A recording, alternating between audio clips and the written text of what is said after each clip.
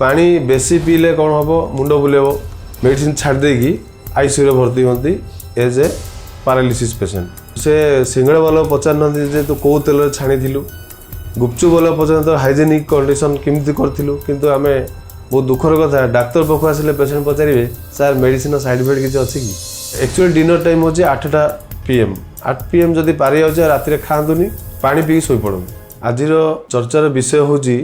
Myths about health कौन अंधविश्वास सब अच्छी आजिकल कम्युनिकेबल डिजीज आउ नॉन कम्युनिकेबल डिजीज देखा गले नॉन कम्युनिकेबल डिजीज बेसी बढ़ी बढ़ी चली जमती उच्च रक्तचाप हृदरोग डायबिटीज आउ मेदबहुलता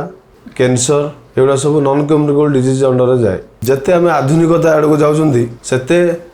मनीषर लाइफस्टाइल से डरमांट हो जाए माने समय आगुच कि मनीष आगुनि मनीषर जीवनचर्या दिनचर्याटा रही है गोटे जगार तेणु 30 ରୁ 40 वर्ष भितर केतेटा स्क्रीनिंग टेस्ट आम करा पड़ो देखो 2020 कोविड ठू 2025 आज होगा एक्सरसाइज कमी जाइए जंक फूड खाଇବା बहुत बढ़ी जाइए आउ ब्लड प्रेशर गोटे अच्छे रूल ऑफ 50 जोटा कि 50% लोक जानती बीपी अच्छी बोली तार 50% डॉक्टर पाखु जाती देखा तार 50% कंटिन्यूअस फॉलोअप रे मेडिसिन खाती तार 50% मेडिसिन छाड़ देगी आईसीयू भर्ती होती एज ए पैरालिसिस पेशेंट तो प्रथम बीपी बा रक्तचाप को आम प्रति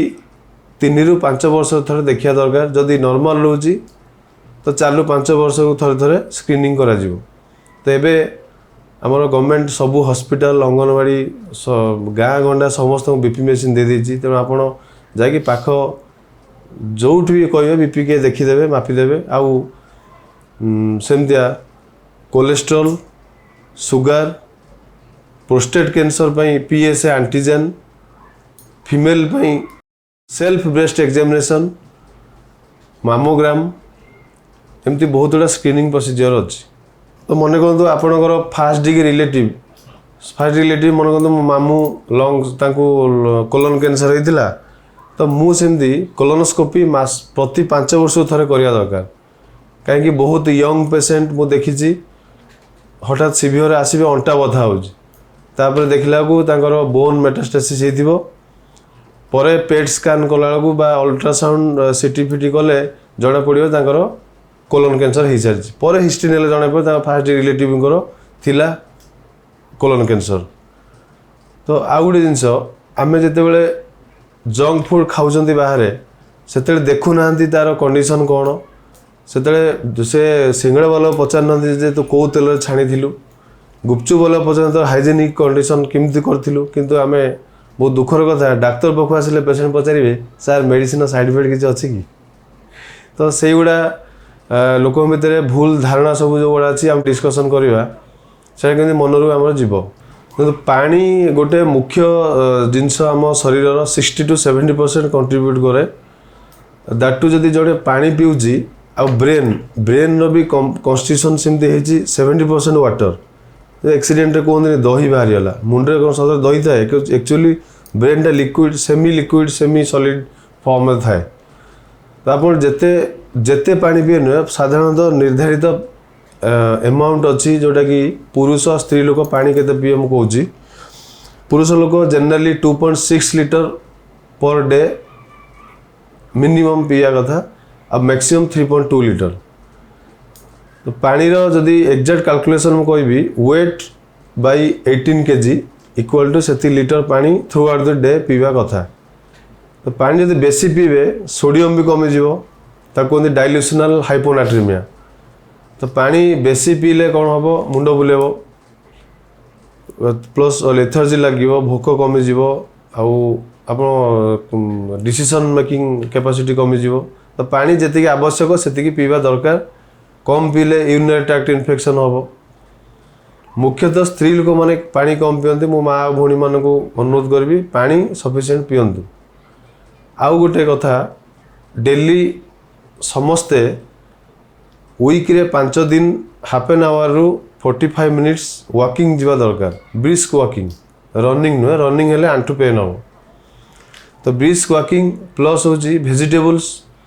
आपण देखो बर्तमान स्कूल पिला नेबे 100 जन 90 जन बाहर चाइल्डहुड ओबेसिटी बहुत मोटा पिला बाहर चाइल्डहुड ओबेसिटी से फ्यूचर रे कौन 10th +2 पर जदि फीमेल हो तार गायनिक प्रॉब्लम बाहर पीसीओडी मैरेज पर पिला पिली प्रॉब्लम हम इनफर्टिलिटी एगुड़ा सब बापा मान ध्यान दरकार जो मैंने मो क्लिनिक को आसती मुझे पचारे जे आप पिला एत मोटा कहीं आज्ञा ना सार सी तो नहीं खाईदे बाहर मुझे कौन करी एक्जाक्टली आम आम बेले आम जी दरकार से खर्च करने को बाप माँ दिखती कि आप बेटर हूँ माँ मैंने घर रोषे करदे आ पिला ताकू खाले सुस्थ जेहेतु पिला मैंने देशर भविष्य तो सुस्थ भविष्य उज्जवल हम जब पिला आम आज मोटापा को कमे रखा मुख्यतः पैकेट फुड ट्रांसफैट थाए जमी लेज कुरकुरे आपणर ओरियोज जी सब बिस्किट रहा मैदा आउ तेल आउ कि ना आ चीनी जोड़े पूरा देहपाई खराब आउ मेदबहुलतार आजिकल पिलांकर मुख्य कारण हूँ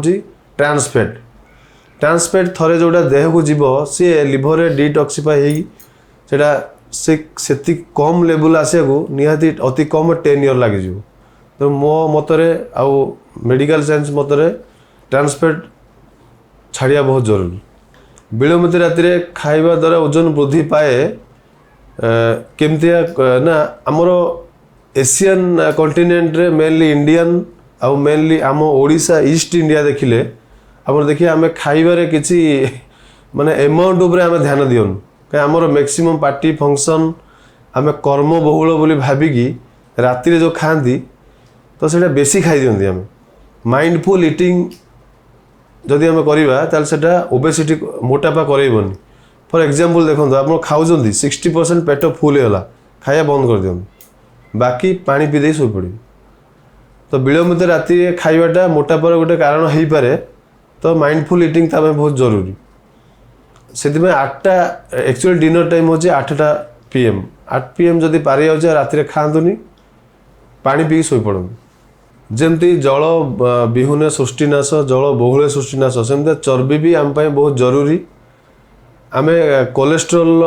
टेस्ट कले आम गोटे लिमिट रेंज दे थाए से रेंज भितर सब रही भल चर्बी बिल्कुल अवॉइड कले भी खराब चर्बी बेसी खाइले भी खराब कहीं आमर सेल मेम्ब्रेन लंग्स रो जो मेम्ब्रेन इंटीग्रिटी आउ डिजीज रेजिस्टेंस से चर्बी रू ही आसो जमी ओमेगा 3 फैटी एसिड देसी घी माछ चर्बी इवन मटन चर्बी अल्प अल्प खाइले चलो रिफाइंड कार्बोहाइड्रेट आम शरीर खराब जमती रिफाइंड चीनी खराब किंतु गुड़ आप खाईपर जमती आप गोटे कोल्ड ड्रिंक्स हो कोल्ड ड्रिंक्स रे 100 ml कोल्ड ड्रिंक्स रे 8 चम्मच चीनी पड़ुଛି आप किमी जानवे ताकू पूरा गरम करूँ कड़े पानी उड़ीज चीनी को सब चामच आड़े ओजन करदे से 8 चम्मच चीनी तो चीनी अधिका खाइले बा मिठा अधिका खाइले असुस्थ केमती हम ना आप जहाँ इनस्टांट एनर्जी दरकार से यूज होगा एक्सट्राटा फैट कन्वर्ट हो तेणु मो मतरे आप कम्प्लेक्स सुगार खाईपर रिफाइंड सुगार खाଇବା अनुचित।